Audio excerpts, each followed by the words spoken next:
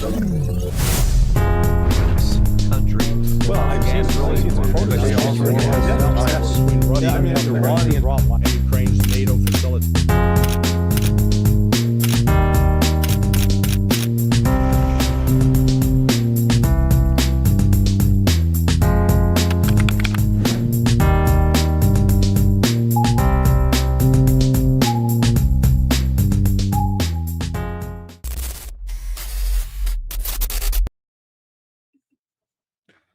And we should be live. Larry Johnson, my friend, how are you doing?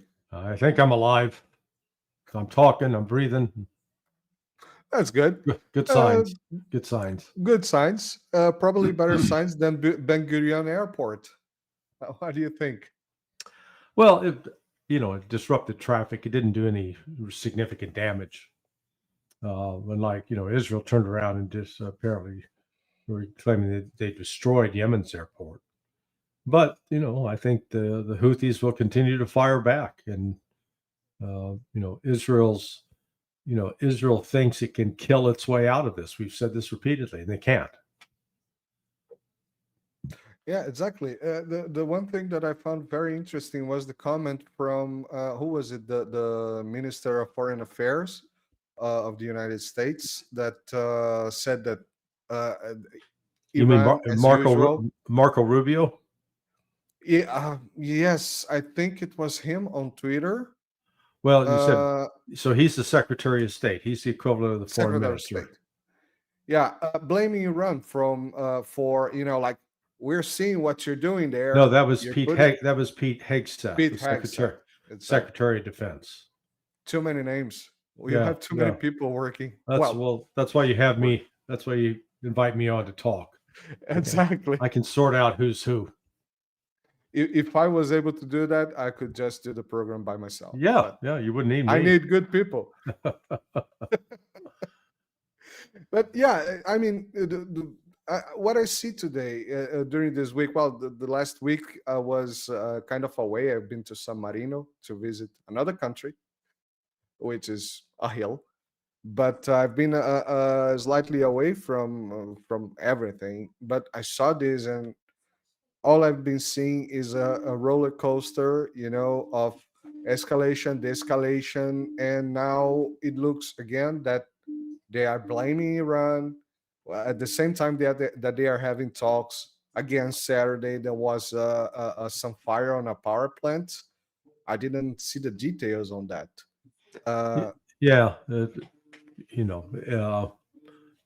No telling if it was an actual, terrorist attack or what, but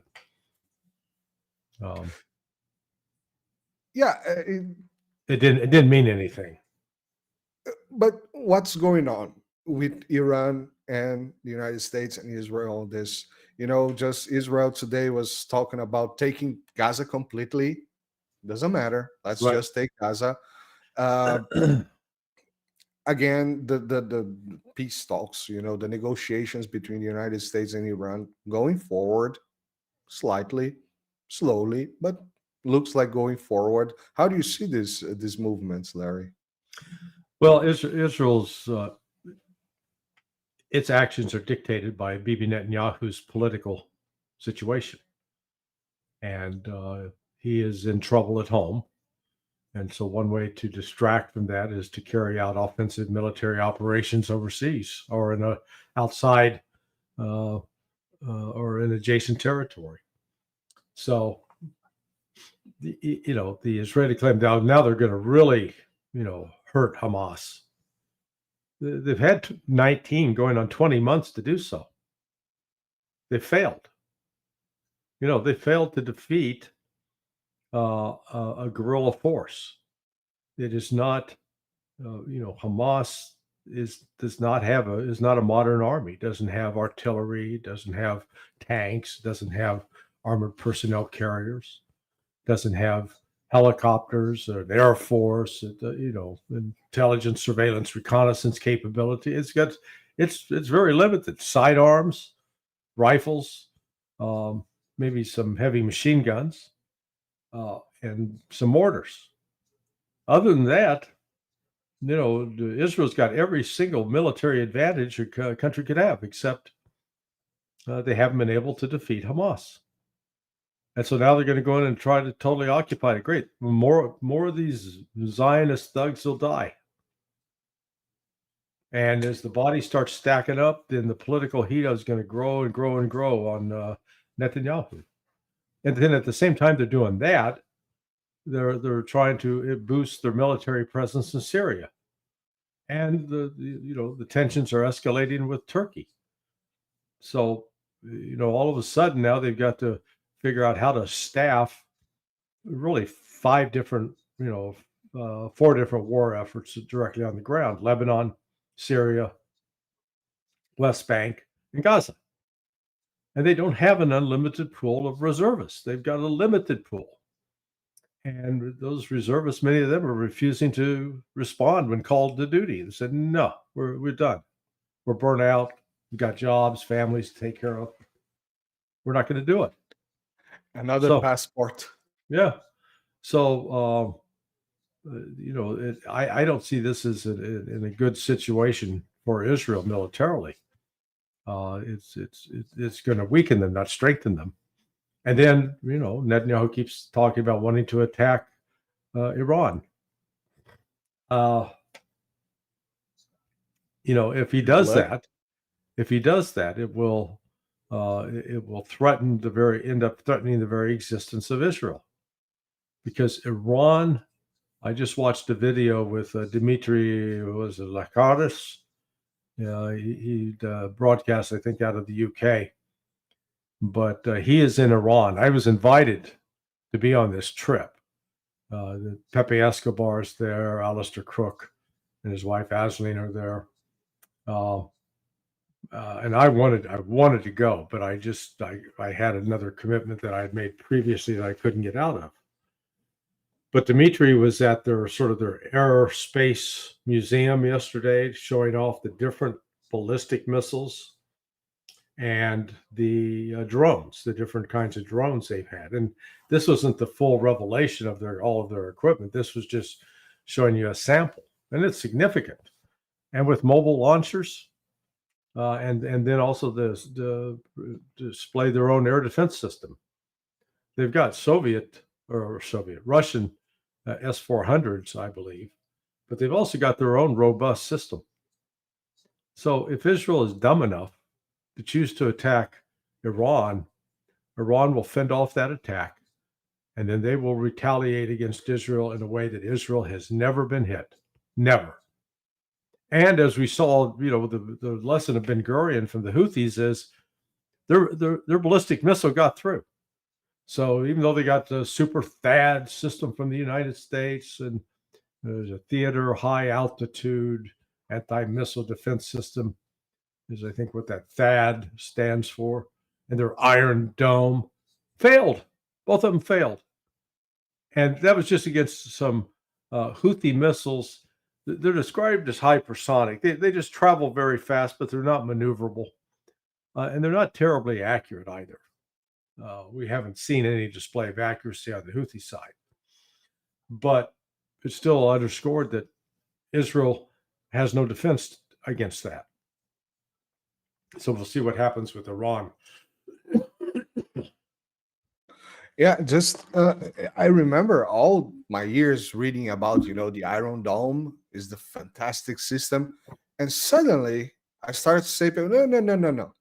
Iron Dome is something, but then you have the David's slingshot or whatever, and then you have the THAAD, and then and each one of these has its. Okay, so Iron Dome is not the big umbrella. You have different systems, but when you start to have to explain that, I have different systems for different cases, and none of them work.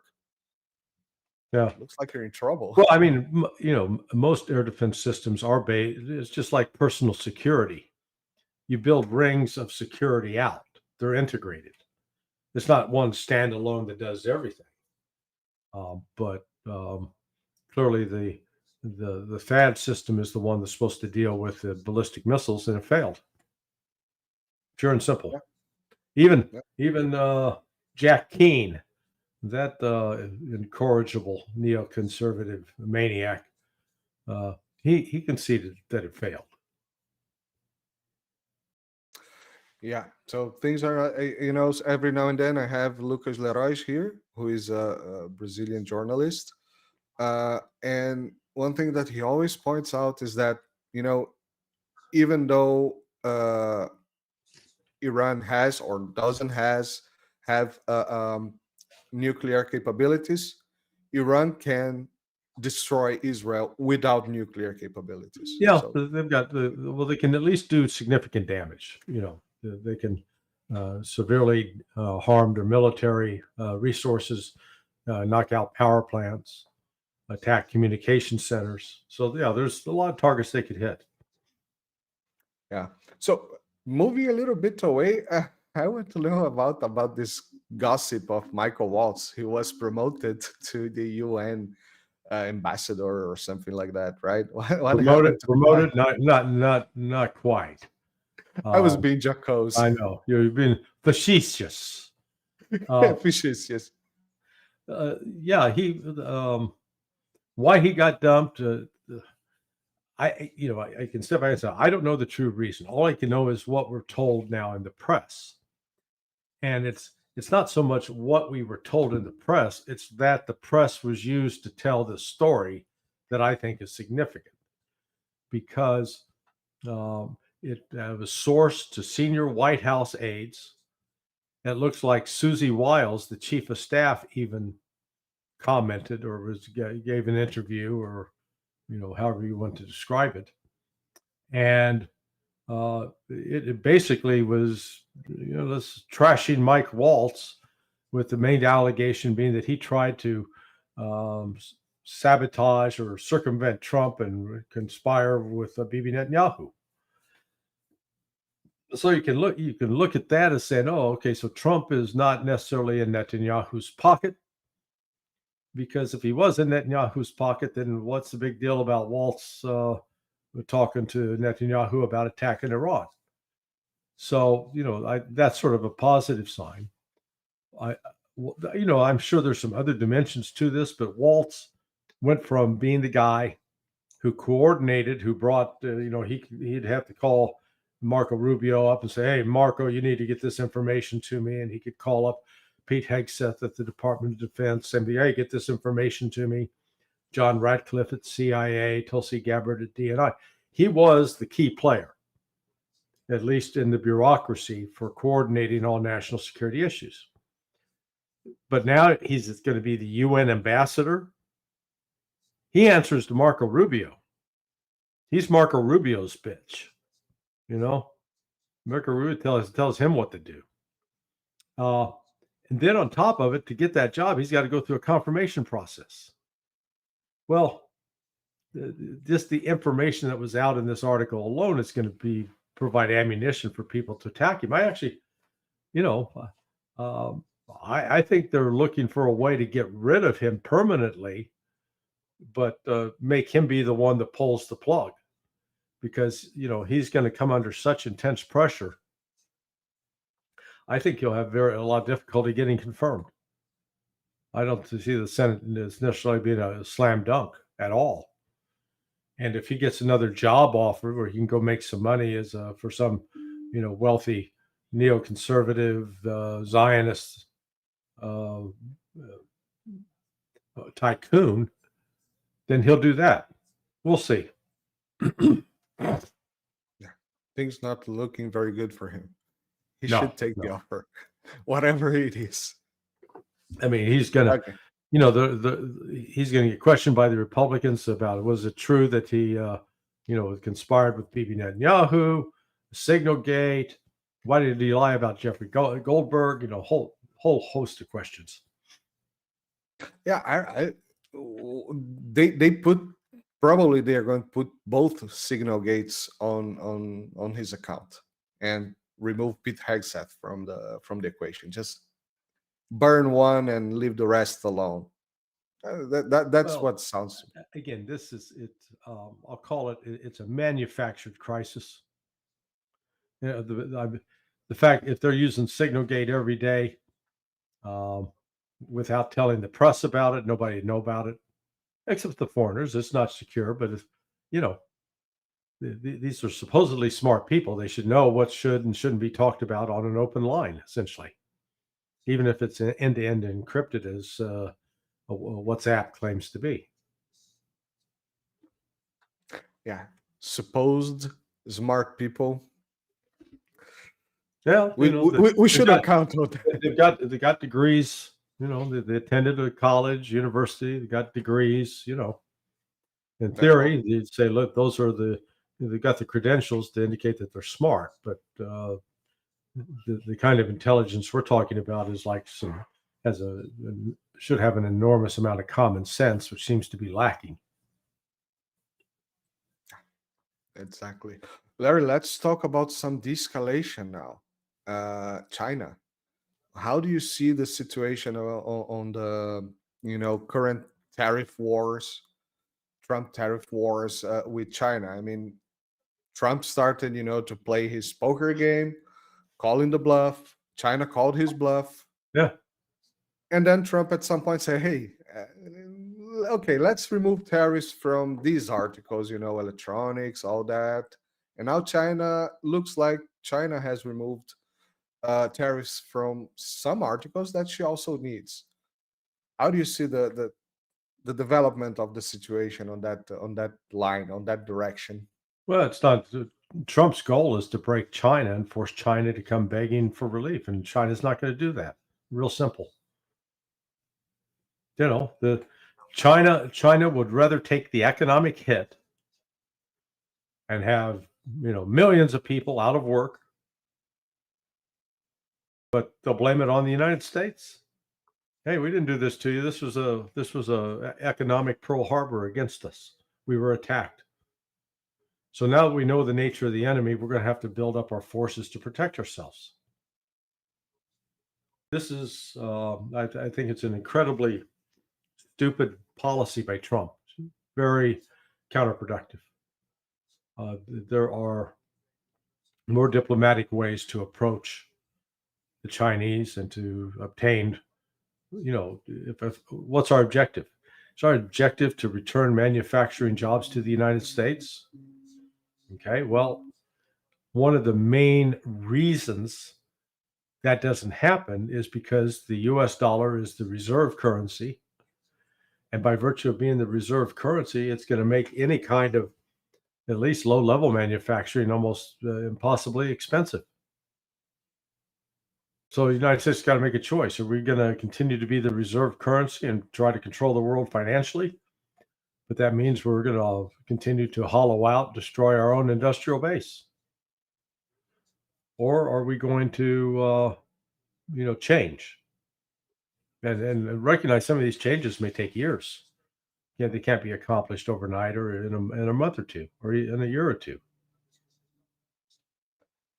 Two things that I think is very important on this case. One, I was thinking about it, and the tariffs, protectionism is not per se a bad thing. Every country do some protectionism on its industry, its economy, but you don't put tariffs on countries. You put tariffs perhaps on products, on certain segments of the industry, or agriculture. It's it's targeted. It's most effective if they're targeted. If you're trying to grow or protect your beef industry, then you put tariffs on beef coming from China. Not that there is any. It's just I think the flow is the exact opposite. But to do this just across the board punishment of China is viewed correctly so by the Chinese as an act of hostility, an act of war, albeit an economic warfare, but it's still an act of war. So then you have to step back and say, okay, what do we need to do to protect ourselves? China will react to this in ways that I don't think the West has anticipated. The parallel is what we saw take place with NATO, its growth, and then Russia's ultimate reaction said, okay, they're coming after us. We're going to have to prepare. And now look, NATO, despite having 28 countries or more as members, are outmatched by one country, Russia. Yeah, and that should be another escalation on this roller coaster. Yeah, We just had some attacks on Crimea with storm shadows. Pointed out that it's probably United States surveillance sending information. Uh, what is in the mind of these people? Do do they think that Europe's going for that, and the United States just going to save face on it? Do you, how do you think they're watching these things? Because I just don't understand. well, who? The United States. But you said they. How are they watching this? What do you mean? How do you think the United States is perceiving this, escalation by the British or the Europeans? And do they believe that they are just going to save face because, yeah, now we're having talks with, with Russia, and Russia is just going to blame Europe on everything and leave us behind? How do you see this escalation with Russia? It looked we were going on the right path for once. Again, Trump is failing to understand, appreciate, comprehend Russia's position. Russia's been very, very clear. Since June 14th of 2024, their position is not only is it, I can't say it's unchanged, because becoming stricter. They're going to take more territory. Up to this point, they said, okay, look, the 4 oblasts that are now part of the Russian Federation, 4 former Ukrainian oblasts, Donetsk, Luhansk, Zaporizhia, Kherson, those are now permanently part of Russia. If the Ukrainians and the United States, they fail to take this deal as it is this on the table now, they're going to take Dnipropetrovsk, Sumy, Poltava, and Kharkiv. There'll be 4 more oblasts that will fall under the control of Russia, that will control the vast natural resources that the West is lusting to get control of. So Trump and company, they I don't know what he says to Putin in private. All I can go on is based on what he says in public. He doesn't get it, and they think they've really got leverage over Russia, which is insane. Scott Bessent, the Treasury Secretary, was at a conference yesterday, and he commented on the fact that this deal, they call it the rare earths mineral deal, actually there's probably a couple of other agreements attached to it that have not become public. But he said the real reason is they're showing that there's now no daylight between the United States and Ukraine in order to get leverage with Russia. Well, Russia already knew that. They knew that the United States was the instigator of this war, the major instigator of this war. And that Donald Trump wants to pretend that he didn't have anything to do with this? Nonsense. It was under Trump's first term that the Ukrainian military increased in size by a factor of 4, quadrupled in size. It was under Trump that they started getting lethal weapons in the form of Javelin missiles to go after tanks. It was under Trump that Ukraine with NATO began carrying out offensive military exercises, anti-submarine warfare, amphibious warfare, and that it was under Trump that the B-52 flew along the coast of Crimea. All of this was actions to provoke, to embarrass, to rub the face of Russia in the dirt, if possible. And so, and then the United States completely rejected under Biden the peace proposals that Vladimir Putin brought forward. So here's all we need. You got to address our concern about the creeping expansion of NATO towards our borders. That's got to stop. Then the United States says, screw off. We're going to do whatever the hell we want. And what are you going to do about it? Okay, Russia's showing you what they're going to do about it. They're going to crush Ukraine. And in the process of crushing Ukraine, they're going to drain NATO of military resources. And they've also expanded their missile technology with weapon systems that nobody in Europe has, and that every major city in Europe is vulnerable to be hit by the Oreshnik missile. So, which, by the way, was a consequence of another treaty that Trump moved away from, right? right. Yeah. Was it Trump? Yeah, Yeah. it was Trump. Yeah, the Intermediate Nuclear Forces Agreement in 2018, I believe. So yeah, Trump is getting consequences from Trump. That's awesome. Just Yeah, go it's ahead. just no, it's unfortunate. Trump is he's missing opportunities where he could have been consequential for the right reasons. He's going to be historic president for the wrong reasons. He can keep telling himself, "Oh, I'm the best. I'm the greatest." Unlike Muhammad Ali. I mean, that was Muhammad Ali's shtick. I'm so pretty. Nobody dare touch my face. He would do. He had a wonderful voice and a lilt. But man, he'd go out and do it.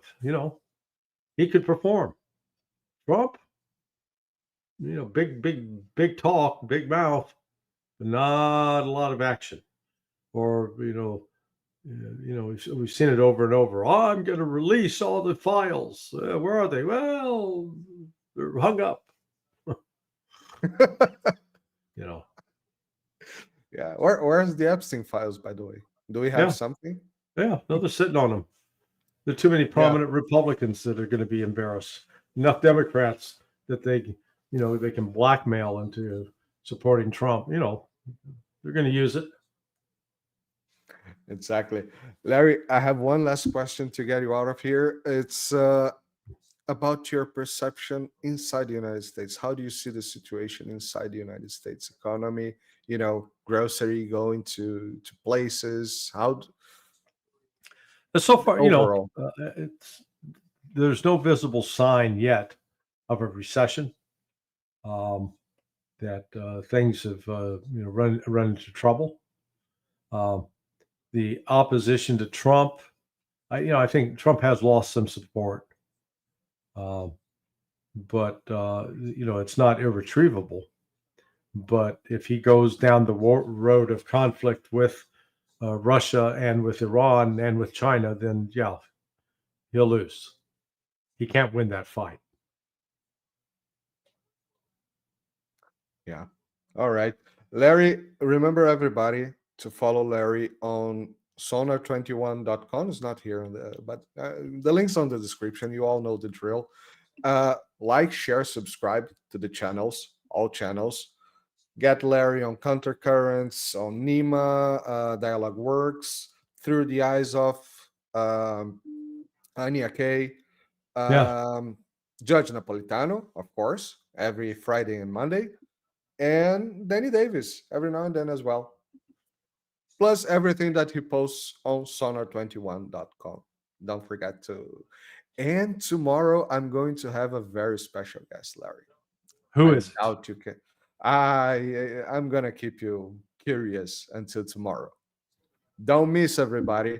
All at, right. 5 o'clock Central Europe time, 12 o'clock Brazil time, 11 o'clock for you. Oh, I'll Alex, send you the link. it must be Alex Craner. It's an Alex, but it's not Craner. Not this time. Mercuros. No, the other one. Cristoforo. Ding, ding, ding, ding. Oh, yeah. okay. Cool. Great VIP tomorrow. Yeah. And thank you very much, Larry, once again. See you guys next time. Bye-bye. Ciao. Ciao.